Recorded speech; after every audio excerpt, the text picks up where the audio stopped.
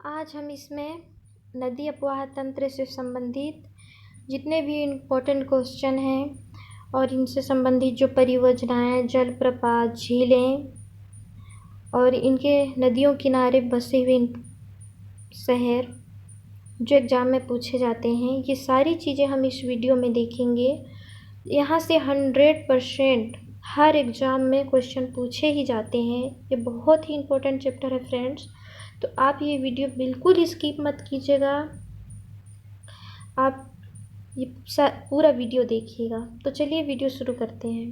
पहला प्रश्न है, सिंधु नदी को उसके उद्गम स्थल में किस नाम से जाना जाता है? तो सिंगी खम्बान। और तो इसका आंसर चौथा हो जाएगा, और सिरमुख के नाम से भी जाना जाता है। दूसरा प्रश्न है, सिंधु नदी की भारत में कुल लंबाई कितनी है? तो 1114 किलोमीटर है। इसका आंसर पहला हो जाएगा। और वैसे कहा जाए तो सिंधु नदी की कुल लंबाई किसी किताब में 2900 दिया और किसी में 2880 किलोमीटर दिया है। तीसरा प्रश्न है, सिंधु नदी भारत में किस स्थान पर प्रवेश करती है? तो दमचौक में प्रवेश करती है।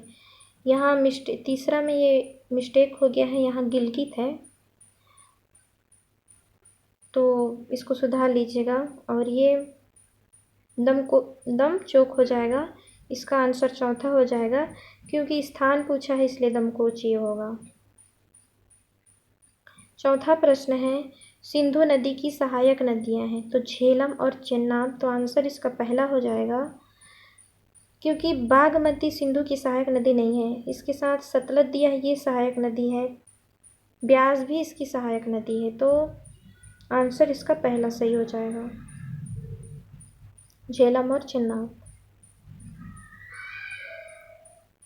सिंधु नदी जल समझौते के अनुसार भारत इसकी विसर्जन क्षमता का कितना प्रतिशत भाग उपयोग कर सकता है? तो 20%। इसका आंसर पहला हो जाएगा।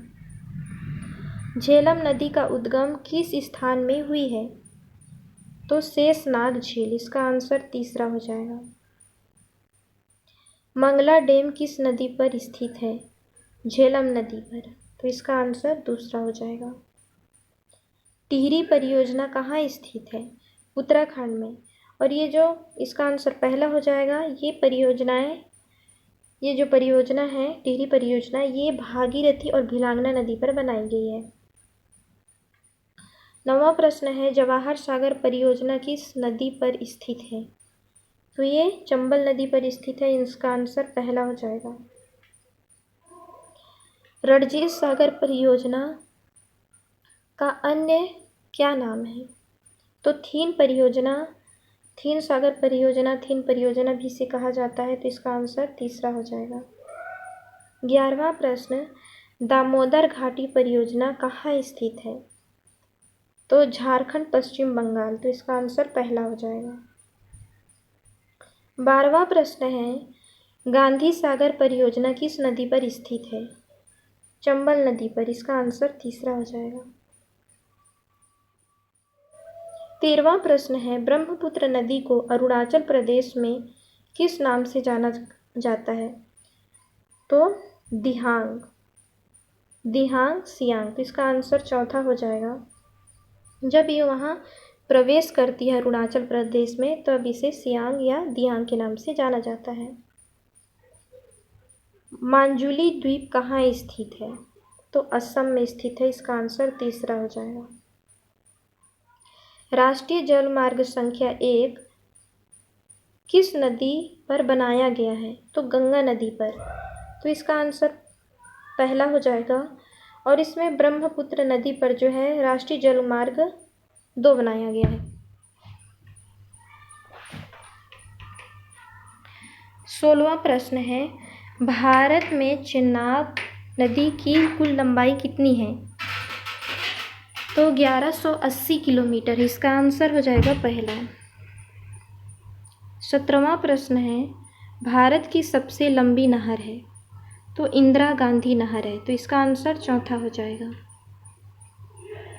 ब्रह्मपुत्र नदी के साथ मिलने के बाद गंगा नदी को किस नाम से जाना जाता है? जब ब्रह्मपुत्र नदी और गंगा नदी आपस में जब मिल जाती हैं तो वहाँ उन्हें पद्मा के नाम से जाना जाता है।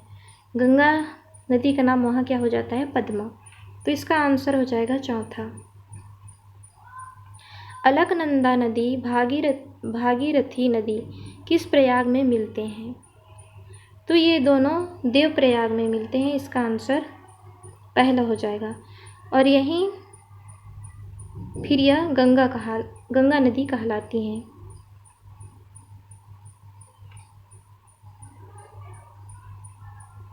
बीसवां प्रश्न है, निम्नलिखित में से कौन से युग में सुमेलित नहीं है?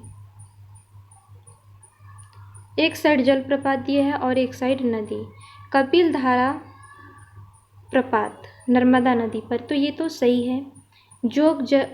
जोग जल प्रपात शरावती नदी पर, ये भी सही है। शिव समुद्रम जलप्रपात कृष्णा नदी पर, तो ये गलत है, ये सुमेलित नहीं है। चित्रकूट जलप्रपात इंद्रावती नदी पर, यह सही सुमेलित है। तो इसका सही आंसर हो जाएगा इस प्रश्न का तीसरा, शिव समुद्रम जलप्रपात, क्योंकि जो शिव समुद्रम जलप्रपात है वो कावेरी नदी पर स्थित है। अब हम 21वां प्रश्न देखते हैं। कौन सी नदी ज्वरनदमुख एस्चुरी का निर्माण करती है? तो नर्मदा नदी।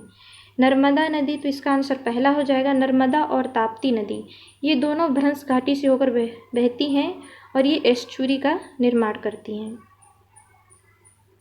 धुआंधार जलप्रपात का निर्माण करते हैं तो नर्मदा नदी, तो इसका आंसर चौथा हो जाएगा। भेड़ा घाट में ये धुआंधार जलप्रपात का निर्माण करती हैं जबलपुर में। 23वां प्रश्न हो जाएगा, दक्षिण भारत की गंगा किस नदी को कहा जाता है? गोदावरी नदी को। इसका आंसर पहला हो जाएगा। ताप्ती नदी किस स्थान से उद्गम हुई है? अरावली पर्वत श्रृंखला, छोटा नागपुर का पठार, अमरकंटक की पहाड़ी, सतपुड़ा की पहाड़ी। तो सतपुड़ा की पहाड़ी से, बैतूल जिला सतपुड़ा की पहाड़ी से इसका उद्गम हुआ है मध्य प्रदेश में। 25वां प्रश्न है, निम्नलिखित में से कौन सा जोड़ा सही नहीं है? गोदावरी नदी 1665 किलोमीटर, तो ये सही नहीं है, क्योंकि जो गोदावरी है वो 1465 किलोमीटर इसकी कुल लंबाई है। और नर्मदा नदी 1300, आगे हम देख लेते हैं। नर्मदा नदी जो दिया है 1312 किलोमीटर, हाँ ये सही है। ताप्ती नदी 724 किलोमीटर, ये भी सही है। कृष्णा नदी 1402 किलोमीटर, ये भी सही है। तो इसका सही आंसर हो जाएगा पहला, गोदावरी का, क्योंकि गोदावरी 1465 किलोमीटर है और यहाँ दे दिया है 1665 किलोमीटर। तो इसका आंसर पहला हो जाएगा। निम्नलिखित कथनों में से कौन सा एक सही है? लूनी नदी राजस्थान, ये बिल्कुल सही है। लूनी नदी का उद्गम राजस्थान से हुई है। अब दूसरा देख लेते हैं, ताप्ती नदी उत्तर प्रदेश, ये गलत है, क्योंकि ताप्ती नदी मध्य प्रदेश से इसका उद्गम हुआ है। इंद्रावती नदी आंध्र प्रदेश, ये भी गलत है। घाट प्रभा नदी केरल, ये भी सही नहीं है। तो इसका सही आंसर हो जाएगा पहला, लूनी नदी राजस्थान, ये सही है, क्योंकि घाट प्रभा नदी भी कर्नाटक से इसका उद्गम हुआ है। महानदी पर स्थित हीराकुंड बहुउद्देशीय परियोजना कहाँ स्थित है? जो महानदी पर बना है हीराकुंड परियोजना, वो कहाँ स्थित है? तो वो उड़ीसा में है। इसका आंसर चौथा हो जाएगा। कावेरी नदी का उद्गम कहाँ हुआ है? ब्रह्मगिरी की पहाड़ी, नीलगिरी की पहाड़ी, आलमगीर की पहाड़ी, सतपुड़ा की पहाड़ी। तो ब्रह्मगिरी की पहाड़ी कावेरी नदी का उद्गम हुआ है कर्नाटक में। 29वां प्रश्न है, लूनी नदी की कुल लंबाई कितनी है? तो 320 किलोमीटर इसकी कुल लंबाई है, तो आंसर इसका पहला हो जाएगा। निम्नलिखित पर सही सुमेलित कीजिए। यहाँ डबल डबल हो गया है, इसमें सही सुमेलित हमें करना है। पहला दिया सतलज नदी राक्षस ताल। सतलज नदी का उद्गम कहाँ से हुआ है? तो राक्षस ताल से। हाँ, ये बिल्कुल सही है। इसमें और सही सुमेलित करना है, ठीक है। महानंदा दार्जिलिंग की पहाड़ी। हाँ, ये भी सही है। रावी नदी कुल्लू पहाड़ी में रोहतांग दर्रे के पश्चिमी से। ये भी सही है। चौथा दिया है गोमती फुलहर झील उत्तर प्रदेश। ये भी सही है। तो ये चारों सही हैं, तो इसका सही आंसर हो जाएगा पहला, दूसरा, तीसरा, चौथा, सा इसका सही आंसर हो जाएगा। 31वां प्रश्न है, नमक उत्पादन के लिए प्रसिद्ध झील कौन सी है? चिल्का झील, सांभर झील, राजसमंद झील, लोनार झील, राजसमंद झील, वेवनाथ झील। तो इसमें से सांभर झील और राजसमंद झील प्रसिद्ध हैं, जो राजस्थान में है। सांभर झील सर्वाधिक प्रसिद्ध है नमक उत्पादन में, तो इसका आंसर दूसरा हो जाएगा।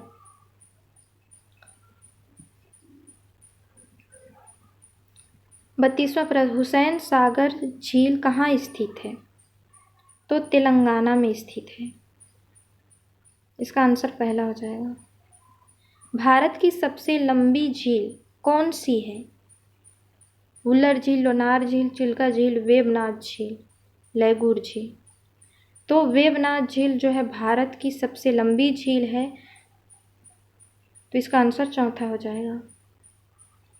लोनार झील कहाँ स्थित है? तो लोनार झील कहाँ स्थित है? केरल, महाराष्ट्र, मध्य प्रदेश, राजस्थान। इसका सही आंसर हो जाएगा महाराष्ट्र में। आंसर इसका तीसरा हो जाएगा, दूसरा हो जाएगा, महाराष्ट्र में लोनार झील।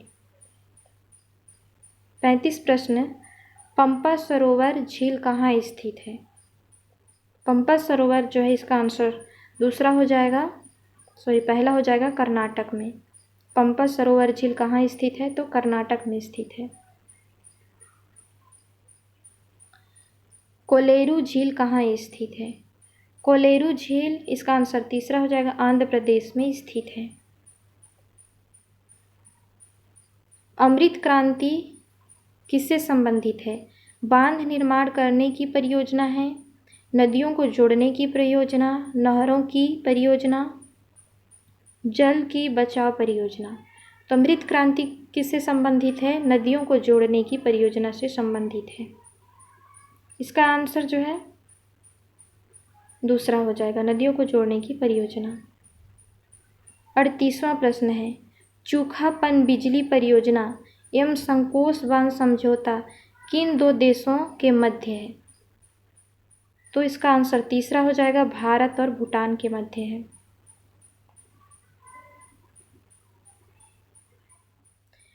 भारत बांग्लादेश के बीच जल बंटवारा समझौता है। फरक्का बांध परियोजना में, किशनगंगा परियोजना में, बदली हार परियोजना में, इंदिरा सागर परियोजना है, भारत और बांग्लादेश के बीच। तो फरक्का बांध परियोजना में इसका आंसर पहला हो जाएगा।